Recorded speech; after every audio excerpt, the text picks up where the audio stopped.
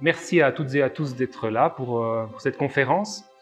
J'ai choisi le thème « La recherche du bonheur » parce que c'est quelque chose qui, je pense, nous concerne un peu tous.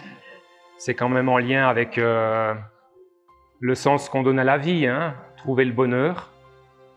La recherche, c'est une dynamique. La quête, on parle de la quête spirituelle. On nous en parle depuis des millénaires, en fait, de cette recherche du bonheur. Le Bouddha, il parlait de se libérer de la souffrance. Il y avait cette idée d'atteindre le nirvana, une sorte de félicité, de béatitude permanente. Plus proche de nous, le Christ parlait du royaume de Dieu, qui était selon lui la paix et la joie dans l'Esprit Saint. Et il invitait ses disciples aussi, quand il faisait des réunions publiques comme ça, il invitait à chercher ce royaume de Dieu. Cherchez le royaume de Dieu et sa justice, et tout vous sera donné par surcroît. Donc il y a cette idée de recherche aussi. Chercher le royaume de Dieu, chercher le bonheur. C'est vieux comme le monde en fait. Et ce qui a peut-être changé par rapport aux traditions, aux enseignements qui étaient donnés par le passé, des siècles en arrière ou des millénaires en arrière, parce que ça remonte aussi au taoïsme, à des religions très anciennes comme les Upanishads par exemple, donc dans l'hindouisme. Ce qui a changé par rapport à ces anciennes visions de la quête du bonheur, c'est qu'aujourd'hui on nous la propose, mais par un chemin un petit peu différent. Pour illustrer cette différence, je vais utiliser la symbolique de la croix, pour présenter la croix avec un axe vertical et un axe horizontal. Et les anciens, ils misaient beaucoup sur l'axe vertical, la spiritualité. Et aujourd'hui, on mise beaucoup, par opposition, sur l'axe horizontal, la matière. On parle du matérialisme par rapport à la spiritualité, comme si c'était deux dimensions antagonistes. Elles le sont, en fait, même si elles peuvent être complémentaires. Et c'est ça qu'on va voir aussi un peu plus loin. Alors aujourd'hui, on ne s'intéresse plus trop à cette dimension verticale, parce qu'on est entré dans un paradigme au cours des siècles, je dirais des 4 derniers siècles, qui est focalisé sur la dimension matérielle, sur l'horizontalité. On a perdu de vue la spiritualité, même si y a la religion, on est dans une société laïque où chacun peut avoir la foi, cultiver sa foi comme il l'entend. Si vous imprégnez un petit peu de ce qui se passe au travers des médias, dans la politique, dans les instances qui dirigent ce monde, on parle beaucoup de la santé par exemple, mais pas en lien avec la spiritualité, pas une santé qui découlerait d'un rapport conscient à la dimension spirituelle de l'être, mais d'une santé ou d'un bien-être qui découle de la psyché et du corps. Donc en fait, l'être humain, il est tripartite. Et ça, si vous allez dans les traditions, que ce soit la philosophie ou même plus ancien, la spiritualité, on a toujours dit que l'homme, c'est corps, âme, esprit. Saint Paul, il en parlait. Mais aujourd'hui, c'est quoi? C'est la psychologie et puis c'est le corps. L'esprit dans tout ça, il est où? On l'a un petit peu laissé de côté. En fait. Et donc, de par cette vision du monde ou ce paradigme centré sur la matière, on nous fait croire que le bonheur, on va le trouver justement dans la matière et qu'il n'y a pas besoin de la spiritualité. Et donc, c'est une approche complètement, radicalement différente. Quand on cherche le bonheur, on pourrait même parler de salut. Aujourd'hui, on parle de transhumanisme. Ils veulent anesthésier la souffrance. Ils veulent même tuer la mort et rendre l'homme immortel. Donc, on peut même trouver le salut, selon le paradigme matérialiste, dans la matière. Mais à mon avis, en fait, c'est une impasse. Parce que quand vous cherchez le bonheur dans la matière, vous êtes dépendant de la dimension matérielle. Donc, vous êtes dépendant de ce que vous consommez, vous êtes dépendant de l'environnement extérieur, vous êtes dépendant de vos pensées, et tout ça, ça nous maintient dans le contrôle. Il faut tout le temps travailler ou faire des efforts pour aménager les circonstances qui vont nous rendre heureux. Mais le problème, vous avez vite compris où il est, c'est qu'on ne maîtrise pas la matière, on ne maîtrise pas les autres, on ne maîtrise pas l'environnement. Et c'est pour ça que c'est vain en fait. Et tant qu'on sera maintenu dans cette vision où le bonheur, où l'épanouissement, où l'accomplissement ne peut être atteint que dans l'horizontalité, que dans la matière, on va être dans une forme de fuite en avant. Et puis, Ce qu'il faut comprendre aussi, c'est que quand on est dans cette dynamique de recherche de l'épanouissement ou du bonheur dans la matière, on est soi-même sous l'influence de deux tendances opposées, ce qu'on appelle l'attraction ou la répulsion. Dans le bouddhisme, il parle du désir et de l'aversion. Et donc forcément, puisque je ne maîtrise pas tout, et qu'il y a des choses qui viennent, qui m'échappent, je vais devoir utiliser ces impulsions contraires pour créer ces circonstances. Un exemple tout bête, il y a quelque chose qui m'arrive dans ma vie, et puis ça me rend heureux, ça me procure du plaisir. Je vais utiliser ces impulsions pour faire en sorte que ça ne disparaisse pas. À l'inverse, il y a quelque chose qui m'arrive dans ma vie et puis qui procure du déplaisir, qui m'éloigne un petit peu de cette recherche du bonheur. Je vais utiliser ces impulsions pour mettre à distance ces choses qui m'incommodent en quelque sorte, qui m'éloignent du bonheur. Donc, tant qu'on est dans cette démarche où on cherche le salut ou le bonheur dans l'horizontalité, on est soi-même sous l'influence, on pourrait même dire esclave, de nos impulsions contraires, désir, aversion. Et puis, l'aspect un petit peu pervers dans tout ça, c'est que ce à quoi on va s'attacher parce que ça nous procure du plaisir, eh bien, il y aura un phénomène d'accoutumance. C'est comme si on allait s'habituer un petit peu au stimulus dont on a besoin pour être dans le plaisir, et puis il va falloir chaque fois augmenter la dose. C'est un petit peu comme l'image du drogué. Le drogué, il prend une dose, il se fait un shoot, puis à la longue, il va s'habituer. Il va devoir augmenter la dose. Et c'est pour ça, en fait, que ce paradigme matérialiste, il est pas compatible avec le bonheur. Parce que tôt ou tard, vous allez générer de la souffrance. Et puis non seulement pour soi-même, mais aussi pour la planète, puisque il faut augmenter la dose. Donc il faut consommer plus, ou alors différemment. Mais on va toujours avoir besoin des ressources à l'extérieur. Alors que dans la spiritualité, le rapport à cette recherche du bonheur, il est complètement différent. On va chercher le bonheur dans un état d'esprit particulier. En fait, on va rechercher l'équilibre. C'est pour ça que si on parle aujourd'hui que le matérialisme nous met le droit dans le mur, et puis l'état de la société nous le démontre, et puis qu'on bascule dans l'opposé qu'est la spiritualité, on va aussi être en déséquilibre. Donc l'équilibre, il est à trouver dans les deux dimensions. Donc si je disais que l'être humain, il est corps, âme, esprit, on ne va pas négliger tout d'un coup le corps et l'âme pour tout miser sur l'esprit. Tout doit être en équilibre, et le bonheur, ça va résulter justement de cet équilibre entre toutes les dimensions de l'être humain. Donc le corps va passer en vitesse après pour plus s'intéresser à la spiritualité. Donc c'est-à-dire spiritus, l'esprit. Quand je parle de spiritualité, c'est en rapport à l'esprit, avec un E majuscule, on verra pourquoi. Donc le corps, c'est assez basique. La science nous a apporté des connaissances, même déjà dans les traditions multimillénaires comme la médecine chinoise, on avait des connaissances pour maintenir le corps en bonne santé. L'alimentation, je ne vais pas vous faire une conférence là-dessus. Éviter le plus possible tout ce qui est trop transformé, tout ce qui est industriel, le sucre raffiné, les mauvaises graisses, le sel, le mauvais gluten, parce qu'il y a le bon gluten. Tout ça, c'est des considérations à prendre en compte pour qu'on ait une santé au niveau physique. Le corps, il est très important dans la spiritualité. On ne peut pas s'élever si on n'a pas une base solide. C'est assez logique.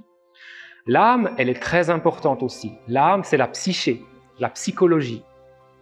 Pas seulement les pensées, la pensée positive, mais plus profondément, notre raison d'être. Qu'est-ce qui nous fait vibrer en fait? Qu'est-ce qui donne du sens à notre vie? Dans quelle voie on a envie d'aller? Parce qu'on sait que c'est dans cette voie qu'on va pouvoir s'épanouir et puis contribuer aussi à donner quelque chose. On a tous une singularité, on a des qualités, on a des défauts, on a des forces, des faiblesses, on a peut-être des dons. Et c'est important de se connaître pour savoir ce qui nous correspond et puis se donner les moyens d'aller dans ce qui nous correspond. Celui qui va uniquement dans la spiritualité chercher le bonheur et qui néglige les rêves de son âme, c'est cuit. Il sera coupé en deux. La recherche du bonheur, si on veut y tendre, ça implique l'équilibre. Cette notion d'équilibre, souvenez-vous-en toujours, si vous devez ressortir de cette conférence avec une seule image, c'est cette croix qui réunit les deux dimensions, la spirituelle et puis la matérielle, avec l'âme et le corps. Donc je passe en vitesse, comme je l'ai dit, sur le corps et l'âme. Ça, la diététique, la naturopathie, la nutrition, du côté psychique, la psychologie, le développement personnel, tout ce qui a trait à la psyché, ça peut vous être utile. Le coaching aussi, par exemple. Mais ce n'est pas la spiritualité. Souvent, on mêle un petit peu les deux, hein, le développement personnel, qu'est-ce qui va me permettre de m'épanouir, comme si l'épanouissement, c'était la spiritualité. En fait, non. La spiritualité, c'est une dimension qui est à l'intérieur de nous, un peu à l'état de virtualité, parce qu'elle n'est pas reconnue la plupart du temps, et qui est déjà parfaite. Donc il n'y a pas à la développer. Quand on parle de développement, ce sera plutôt l'âme. Je vais utiliser une petite métaphore pour vous faire comprendre la différence. La dimension physique, ça serait la terre. Vraiment, là, on est vraiment à l'horizontale. Dans cette terre, il y a une graine. C'est le potentiel de l'âme. Pour que cette âme elle puisse se développer, un peu comme une fleur ou une plante, croître verticalement, il lui faut une influence, il lui faut une nourriture. Alors, ça va être le soleil, ça va être l'eau, les nutriments qu'il y a dans la terre, bien entendu. Et imaginez le soleil, cette lumière en fait qui va permettre à la plante de croître verticalement. Ben, c'est ça la spiritualité. C'est cette lumière qui est un peu détachée de la matière, mais qui nous touche quand même. Et en fait, elle nous interpénètre. Et considérez en fait que cette dimension spirituelle, elle imprègne tout le vivant. Alors certains vont l'associer à Dieu par exemple, certains vont l'associer à des anges, à une intelligence cosmique, à l'amour, peu importe en fait. Simplement, quelque chose qui est là, dans lequel on baigne en permanence, mais dont on ne se laisse pas facilement imprégner. En fait, cette dimension, c'est pour ça que je voulais parler de Dieu, on parle dans les traditions monothéistes du libre arbitre. Dieu, il a laissé le libre arbitre à l'être humain. Il nous laisse totalement libres de nous ouvrir à lui. L'esprit ne s'impose jamais. C'est ça le libre arbitre. C'est moi, avec ma psyché, qui peut décider ou non de m'ouvrir à l'esprit. Et ça, c'est un acte de volonté. C'est un effort de volonté. Est-ce que je décide consciemment de m'ouvrir à la spiritualité? On verra comment. Ou est-ce que je décide que finalement, je n'ai pas besoin de ça pour m'épanouir, pour être heureux? Et puis je rive mon regard sur la matière en quête de sens, en quête de salut, en quête de bonheur.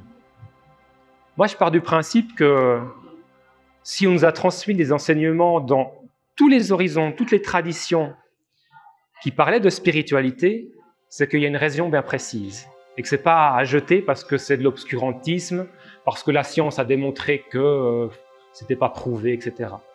Je pense qu'il y a quelque chose de profond là derrière. Mais effectivement, comme ce n'est pas palpable, comme ce n'est pas observable directement, la science matérialiste a un peu des problèmes avec ça. Elle veut du mesurable, elle veut du concret, elle veut du palpable, parce qu'elle veut des résultats.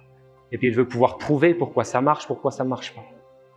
C'est pour ça aussi que quand vous êtes ouvert à la spiritualité, et puis que ça va mieux dans votre vie, on vous dira que c'est de l'autosuggestion, ou un effet placebo par exemple. Après, c'est des croyances, chacun de faire son expérience, mais je pense qu'il y a une réelle influence de quelque chose qui nous dépasse. Comment s'ouvrir à cette dimension spirituelle pour bénéficier de sa lumière, hein? Je parlais du symbolisme du soleil. Comment est-ce qu'on va pouvoir s'ouvrir à cette influence bénéfique pour nous? Comment s'ouvrir à l'esprit? C'est ça la spiritualité. Comment s'ouvrir à l'esprit? Eh bien en fait, tout va se jouer au niveau de notre mental. Parce que le libre arbitre, il est là, la volonté personnelle. S'ouvrir à la dimension spirituelle, ça implique deux choses. Premièrement, essayer de faire un petit peu silence, là où il y a constamment du vacarme. Donc s'ouvrir, c'est aussi faire le vide, et c'est là que ça se passe, par la méditation, par le yoga, etc. Et après, il y a une deuxième chose qui est très importante. Je vous ai dit, cette dimension horizontale, il ne faut pas la négliger. Et la dimension horizontale, c'est comment on se comporte avec soi-même et avec les autres. Il ne s'agit pas de se relier à une dimension en cherchant une forme d'équanimité et puis de silence mental, et puis de se comporter n'importe comment dans la société avec les autres. Dans toutes les traditions, ils ont mis l'accent sur des préceptes. Et il y a la spiritualité, il y a le royaume de Dieu qu'on doit chercher, mais il y a aussi des codes de conduite. tu ne tueras point, tu ne voleras point, ça en fait partie. Ne pas juger, par exemple. Pourquoi est-ce qu'ils voulaient finalement nous mettre dans des boîtes et puis nous empêcher de penser par nous-mêmes? Nous contrôler en nous mettant des préceptes comme ça? Non. En fait, moi je pense qu'ils étaient totalement bien intentionnés, mais que ça a peut-être été mal compris, mais qu'ils voulaient nous aider à ne pas dévier et à ne pas créer de la complexité dans notre mental. Si je vole, si je tue, si je blesse mon prochain, si j'ai une conscience, je vais être mal avec ça. Et ça va me ronger. Et puis ça va me hanter en fait. Donc si on évite ces actions-là, si on évite de juger, si on évite de mal se comporter avec les autres, c'est aussi valable avec soi-même, aime les autres comme toi-même, hein, eh ben, je vais éviter cette complexité. Et puis, ça sera calme dans mon mental. Et c'est ça dont on a besoin pour que l'ouverture se crée. Si je médite et puis que dès que je suis confronté à mon prochain, je cherche la petite bête, je le juge, je cherche à montrer supérieur, à l'écraser, à le dévaloriser, je suis dans cette complexité et je ne peux pas m'ouvrir à l'esprit. Donc, c'est aussi pour ça qu'il parlait d'une notion de purification. La pureté, c'est ça. C'est pas d'être parfait, mais c'est d'essayer d'éviter de créer cette complexité qui crée un voile au niveau du mental et qui nous ferme à l'esprit. Pourquoi Jésus disait « Soyez pauvres en esprit » ou « simples d'esprit » ou « Soyez comme les petits-enfants » ben, c'est ça en fait, cette simplicité. Une sorte d'innocence où on ne cherche pas à tout analyser, à être dans la méfiance. Ça ne veut pas dire qu'il ne faut pas réfléchir et puis se positionner aussi par rapport aux autres. Hein. Mais on a tendance aussi par nos conditionnements, peut-être aussi par ce paradigme qui est dualiste, qui nous maintient tout le temps dans cette impression de séparation, l'ego qui doit sa survie à la loi du plus fort, etc., se comparer dans l'optique de la performance, être le meilleur. Ça nous maintient dans une sorte d'obsession de soi-même par rapport aux autres. Et puis ça crée de la complexité. Donc l'idée, c'est retrouver cette innocence et cette pureté. Donc il y a le code de conduite qui va nous empêcher de faire n'importe quoi et puis après de se culpabiliser, de ressasser des trucs, d'avoir des pensées obsessionnelles, etc. Donc avoir une sorte d'idéal de comportement sain dans la société avec soi-même. Et puis ensuite, et c'est là où vraiment l'ouverture elle va pouvoir s'intensifier, c'est mettre l'attention sur l'instant présent. Alors, je vais un peu enfoncer des portes ouvertes, hein. L'instant présent, on en parle à toutes les sauces. C'est basé sur des enseignements spirituels. Vous allez dans le taoïsme, être en phase avec le Tao, c'est mettre l'attention sur la réalité. Pas toujours surimposer sur le réel ce filtre du mental avec toutes ses projections. C'est apprendre à vivre au présent, en fait. Vivre au présent, c'est ce qui va ouvrir la psyché à l'esprit. L'esprit, on ne le voit pas. Shakespeare disait « l'œil ne peut pas se voir lui-même ». Il lui faut son reflet dans quelque chose. Donc l'esprit, cette dimension absolue à l'intérieur de nous, hors de nous, qui imprègne tout, on ne peut pas le voir, c'est dans l'informel. Par contre, on peut s'y ouvrir. La nature a horreur du vide. L'esprit va s'engouffrer. Il ne va pas se faire prier. Si nous, on lui ouvre la porte, c'est direct. Et c'est possible à chaque instant. Il n'y a pas besoin d'être un grand maître de méditation. L'alignement entre le ciel et la terre, il est possible à chaque instant. Et bien sûr, ce qui va faire toute la différence entre ce qu'on appelle un éveillé qui atteint un haut degré de purification de sa psyché et donc un état quasiment permanent de connexion, de réceptivité de l'esprit, et la personne lambda qui n'a pas tout fait ce travail, c'est que forcément, les moments de connexion, ils ne vont pas durer. Parce que les conditionnements mentaux auxquels on a tendance à s'identifier de façon quasiment compulsive, addictive, ça va revenir à la charge. C'est pour ça que l'éveil, moi je vois plus ça comme une recherche justement, une quête où on progresse, on avance. D'ailleurs, ça rejoint beaucoup la philosophie taoïste, puisqu'il disait, Lao Tzu, le but c'est le chemin. Le but n'est pas seulement le but, c'est le chemin qui y mène, donc le pas qu'on est en train de faire. Même si par exemple, il y a 15 minutes, j'ai été un sale con. Je peux toujours demander pardon à la personne que j'ai blessée, revenir dessus et puis lui expliquer ce qui s'est passé en moi, lui demander aussi ce que ça a évoqué en elle, pour dénouer le nœud, pacifier et puis tranquilliser mon esprit. pour après pouvoir être plus serein et me concentrer sur la dimension présente. Ça, c'est toujours possible, en fait. On peut toujours faire cette démarche-là. C'est pour ça que le pardon, dans la tradition chrétienne notamment, est très importante. Le pardon nous libère notre conscience. Et donc, j'étais sur cette notion de purification, c'est une dynamique. Pour moi, la perfection, ce n'est pas le sommet de la montagne, c'est trouver le juste positionnement ici et maintenant, avec toutes mes limites, toutes mes imperfections, tous mes défauts. Aspirer à cette justesse pour réaliser cette ouverture, eh ben, ça peut me rendre parfait spirituellement, parce que la perfection, c'est une dynamique, ce n'est pas un résultat.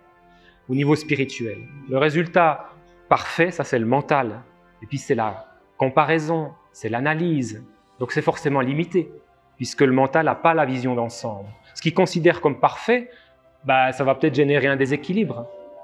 Par contre, si on cherche chercher le royaume de Dieu, donc l'équilibre, là on touche à la perfection. Même si dans les faits, bah, on est dans l'échec en fait. C'est un petit peu comme j'aime bien l'image du petit enfant qui apprend à marcher. Au début, ben, il est hésitant, il n'a pas ses muscles qui sont formés, il n'a pas l'équilibre, donc il va chuter. Mais il ne va pas se dire oh, ben, je suis pas parfait, en fait, je ferais mieux de rester au sol. Il va faire l'effort de se redresser. Il y a quelque chose qui l'anime. Il aspire à pouvoir marcher. Comme nous, on aspire à trouver le bonheur. Mais il va rechuter. Et puis c'est à chaque fois qu'il chute, puis en se relevant, il va renforcer ses jambes. Il va renforcer son équilibre. Donc c'est toute cette démarche, toute cette dynamique qui nous renforce et puis qui contribue à cette purification. Donc tout ça pour dire que chemin faisant, on peut réaliser à chaque fois des petites ouvertures où l'esprit va pouvoir s'engouffrer et puis nous transformer. Parce que pour moi, on parle beaucoup du développement personnel qui peut changer la personnalité, mais j'ai l'impression que c'est difficile en fait de changer une personnalité. On a nos résistances, on a nos mécanismes de défense, et puis quand on libère quelque chose, peut-être qu'on va compenser différemment. Donc c'est une démarche qui est compliquée. La psychologie, il y a des gens, ils font des dizaines d'années de psychanalyse, et puis ils ont toujours leur fardeau. Tandis que moi, je pense que la solution de facilité, ça ne veut pas dire que c'est facile, puisqu'il y a cette dynamique vertueuse à mettre en mouvement, cette vigilance, cette observation de soi, cette justesse aussi dans le positionnement avec les autres qui est pas facile. Par contre, là où il y a une facilité, c'est que une fois qu'on a réalisé l'ouverture, c'est cet esprit qui va créer en fait cette harmonisation à l'intérieur de soi. Et ça, on le ressent. Quand il y a cette influence spirituelle, on sent qu'il y a quelque chose qui s'allège. Et alors moi, je peux en citer plein des exemples. Mais une fois, je vais vous donner un exemple concret. J'étais au supermarché, et puis quand je suis entré dans le supermarché, je n'étais pas dans un bon état d'esprit. Je ne sais plus pourquoi, mais j'étais négatif en fait. Et puis dans le supermarché, je me suis recentré. Je me suis dit, ça, faut que j'arrête là. J'ai mis un stop, je me suis recentré. Donc je me suis mis en observation, comme on va le faire dans le petit exercice. Et puis j'ai arrêté déjà premièrement de juger, parce que souvent, donc on est dans une quête spirituelle, une sorte de surmoi spirituel, « Ah, je devrais pas », machin comme ça. Ça va pas, hein, parce qu'on est en conflit, on rejette ce qui est à l'intérieur de soi. Donc simplement, prendre conscience que c'était là, il y avait cette négativité, et puis je me suis vraiment mis dans le présent. J'ai ressenti, j'ai accepté, je me suis mis dans l'espace, je vous montrerai comment avec l'exercice qu'on va faire. Et rapidement, j'ai senti que ça s'harmonisait. C'est rapide, hein. Si on procède correctement, ça lâche. Et quand ça lâche, ça s'harmonise. Et quand ça s'harmonise, eh ben c'est comme si cette fleur, elle pouvait pousser, elle pouvait croître, elle est nourrie. Il y a l'esprit qui s'infuse, et puis ça se développe. Il y a une harmonisation et ça se ressent. Chez moi, c'est la douceur, par exemple. Ça s'harmonise, ça se libère. Il y a moins de crispation. Ça se relâche au niveau du visage, il y a de la chaleur qui s'imprègne. Et puis, je suis de nouveau beaucoup plus positif. C'est comme s'il y avait une transmutation. Donc, je passe d'un esprit négatif à un esprit positif. Après, je dis, là, c'était facile parce que ce n'était pas une grosse charge. Si vous avez une grosse tuile qui vous est tombée sur la tête, la transmutation, elle ne sera peut-être pas en une fraction de seconde. On va répéter. Hein. Et du coup, ouais, ça m'a transmuté. Donc, j'étais joyeux, positif, hein, simplement parce qu'il y a eu cette ouverture. Et je suis arrivé à la caisse. Et à la caisse, bah, j'étais bien, voilà, un peu dans ma béatitude. Et voilà, Voilà, je savourais cet instant et j'ai pas pensé à la personne qui était derrière moi. Et j'ai oublié de mettre la séparation. Et puis l'autre, par contre, il a remarqué la chose. Ça lui a pas plu. Il a vu ça comme un manque de respect. Il s'est dit, ce con-là, il me considère pas ou je sais pas quoi. Je sais pas ce qui s'est passé dans sa tête, mais j'ai senti son geste de frustration ou d'énervement. Il m'est venu et il m'a presque donné un petit coup comme ça. Oui, il était agacé. Pourtant, c'est pas grand-chose. Mais voilà, on peut pas juger non plus de ce qui se passait dans sa psyché. Peut-être qu'il avait eu des mauvaises nouvelles ou je ne sais quoi. Et du coup, voilà pourquoi je voulais vous citer cet exemple. Si j'avais pas fait tout ce travail, j'aurais rué dans le cadre. Ah, j'aurais pas accepté qu'il me manque de respect comme ça. Parce que moi, j'avais juste oublié, j'avais pas eu une mauvaise foi en fait. Mais là, comme j'étais positif, je lui ai dit « Ah, excusez-moi monsieur, j'étais dans la lune, je vous ai pas vu. » Et il a eu un grand sourire. Il a complètement lâché en fait.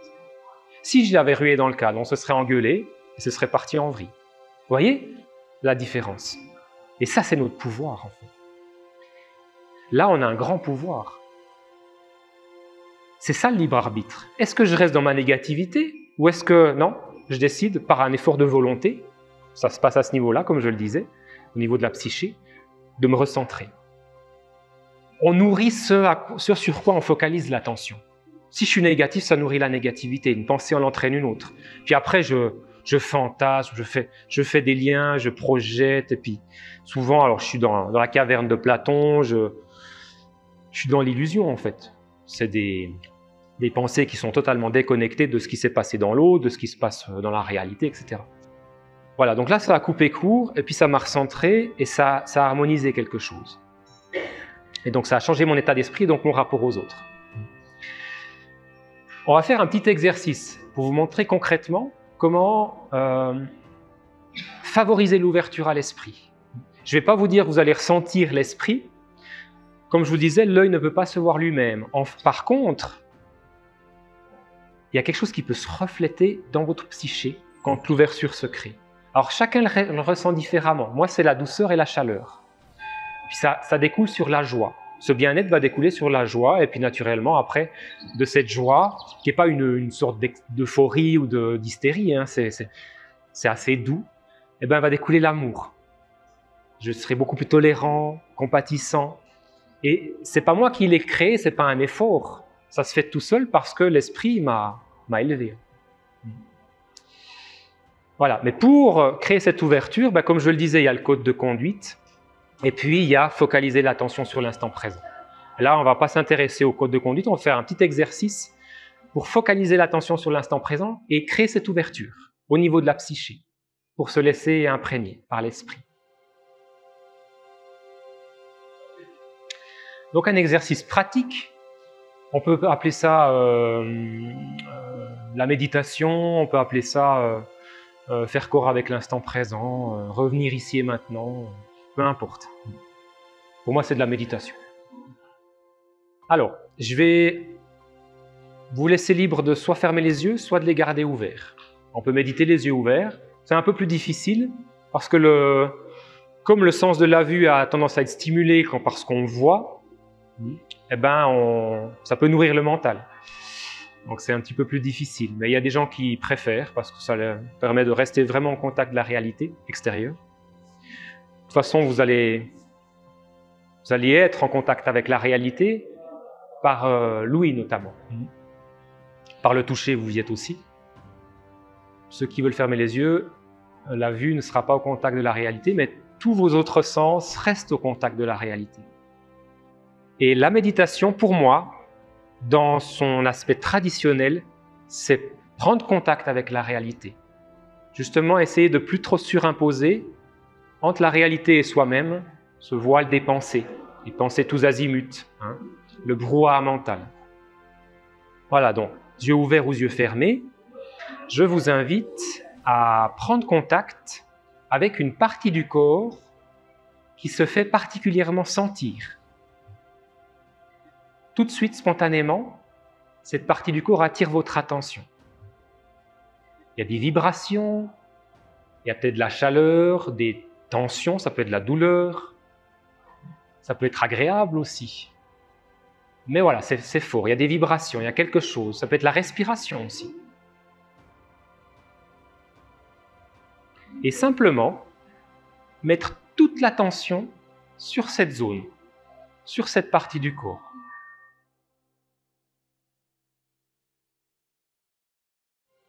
Mais sans y réfléchir, simplement ressentir, sans la visualiser non plus. Simplement goûter, sonder cette partie du corps. Comme si vous cherchiez à l'explorer pour déceler toutes les sensations, toutes les formes de sensations, agréables comme désagréables.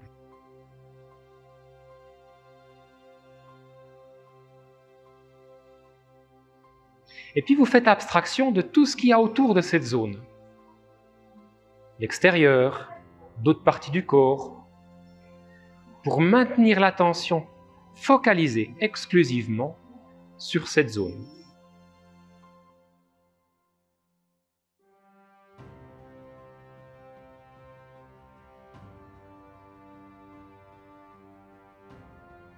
Et puis laissez être, simplement, sans volonté, sans attente, simplement accueillir, ressentir cette partie du corps telle qu'elle est. Comme si vous lui faisiez comprendre qu'elle a le droit de s'exprimer, de se manifester telle qu'elle est, sous la forme des vibrations, des sensations. Vous lui offrez littéralement un espace de présence.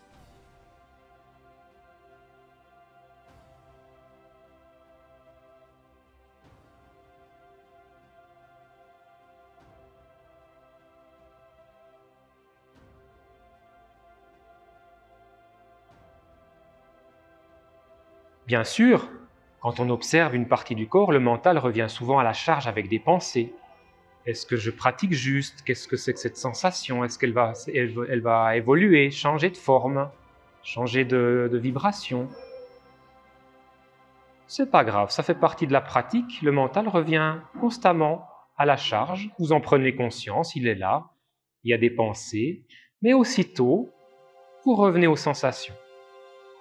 Même pour quelques fractions de secondes avant de repartir dans les pensées. Ça fait partie de la pratique. C'est comme un va-et-vient entre les pensées, les sensations. Les pensées, les sensations. Tout ce qui importe, là où vous en êtes maintenant, c'est de faire cet effort encore et encore, par la concentration, de revenir aux sensations.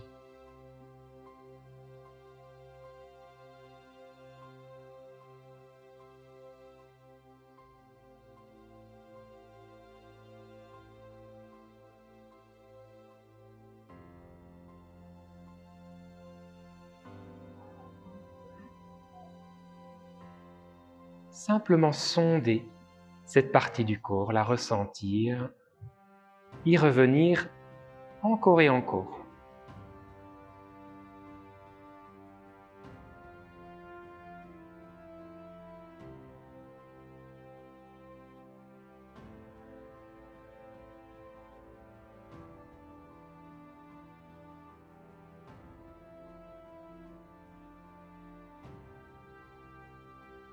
Voilà, et maintenant vous allez étendre le champ de conscience à tout le corps en même temps. Comme si vous cherchiez à le remplir de conscience. Le sonder intégralement, de haut en bas. Ça peut vous donner l'impression d'incarner pleinement le corps, de le remplir, de l'investir, de l'habiter.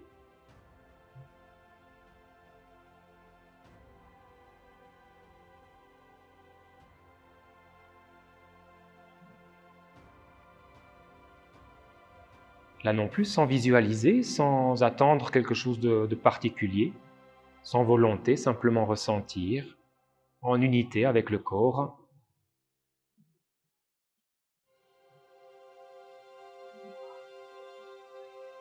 Et puis ce ressenti, vous allez encore l'accroître, vous allez encore élargir votre champ de conscience pour prendre conscience de l'espace tout autour du corps, sur 2 à 3 mètres à peu près.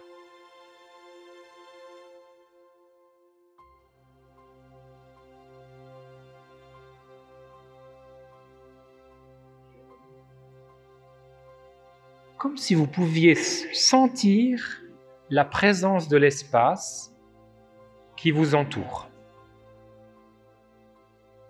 Même s'il y a une chaise, s'il y a un voisin, une voisine, l'espace est là, il imprègne tout. Et vous pouvez le sonder comme une sorte de silence, d'immobilité.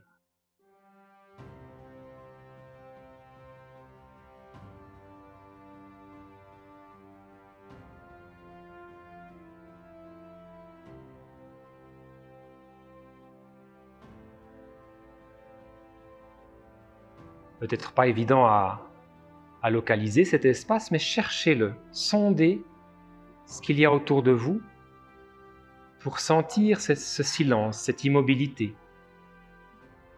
comme une dimension informelle tout autour de vous, en laquelle prend place les bruits, les objets.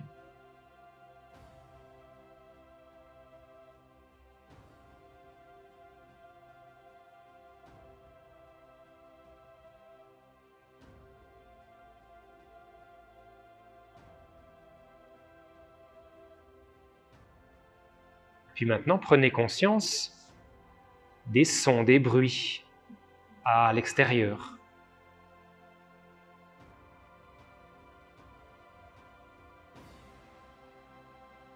Et prenez conscience que ces bruits, ces sons, prennent place dans l'espace. L'espace est toujours présent, cette dimension informelle en laquelle baigne tout le vivant.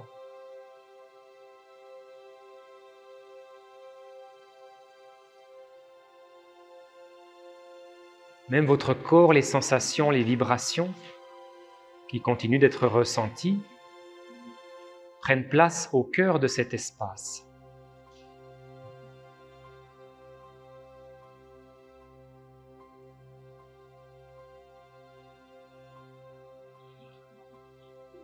Vous pouvez sentir votre corps et être conscient que l'espace est là, tout autour, à l'intérieur également. Cette immobilité, ce silence.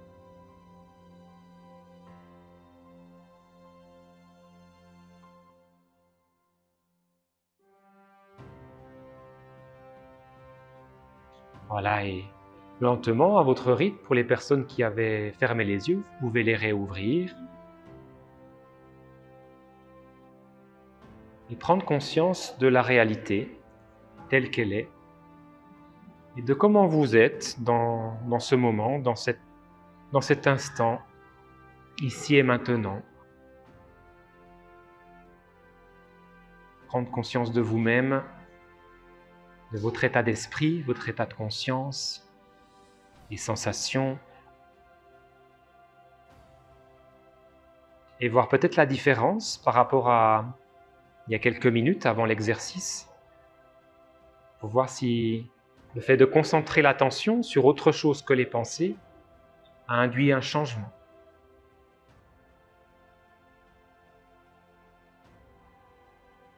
Peut-être plus de calme ou alors plus d'agitation. Si le mental s'est posé des questions en rapport à cet exercice, c'est aussi possible.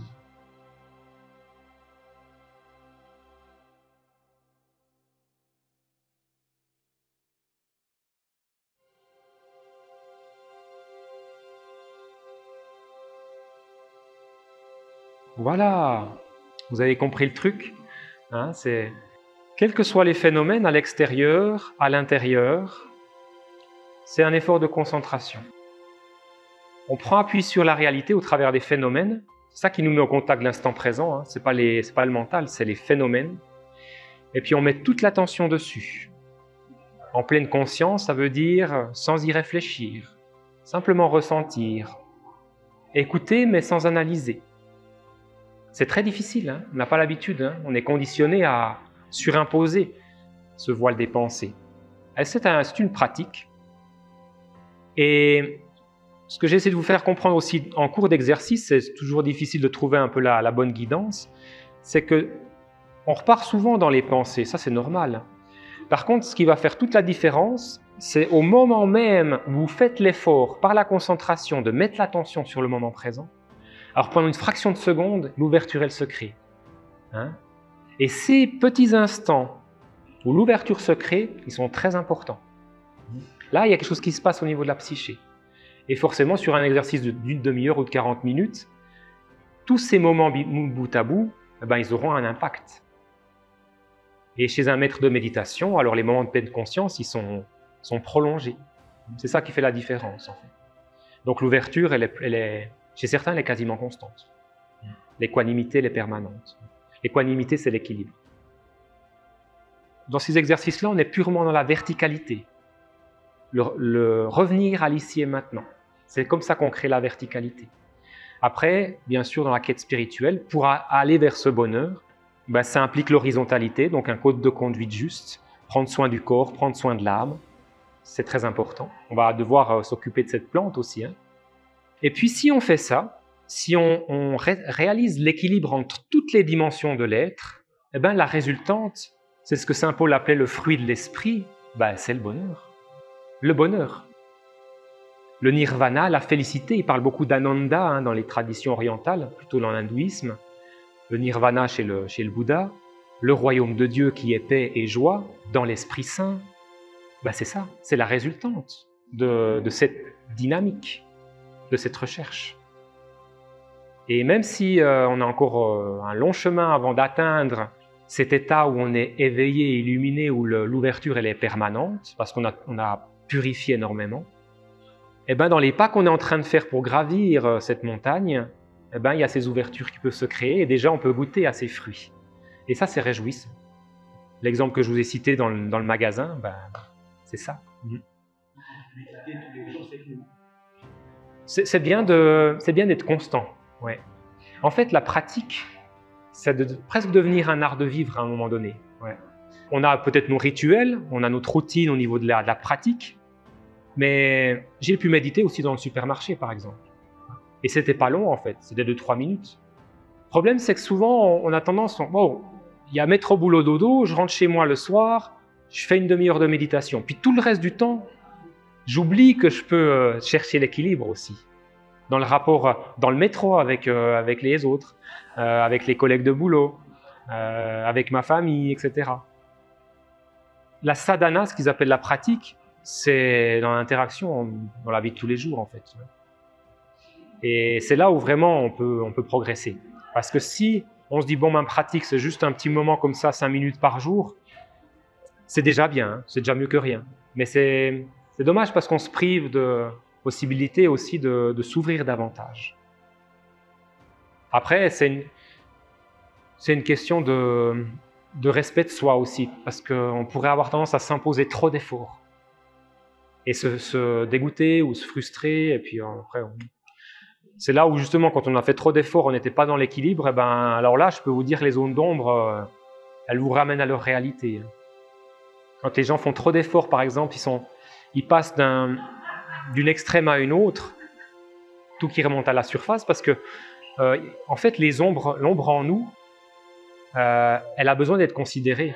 Et si on est dans une optique, non, moi je veux aller que vers la lumière, et puis qu'on rejette tous ces aspects ténébreux, bah, ils vont remonter tôt ou tard à la surface. Jung disait, ce qui n'a pas été porté à la lumière de la conscience reviendra sous la forme du destin.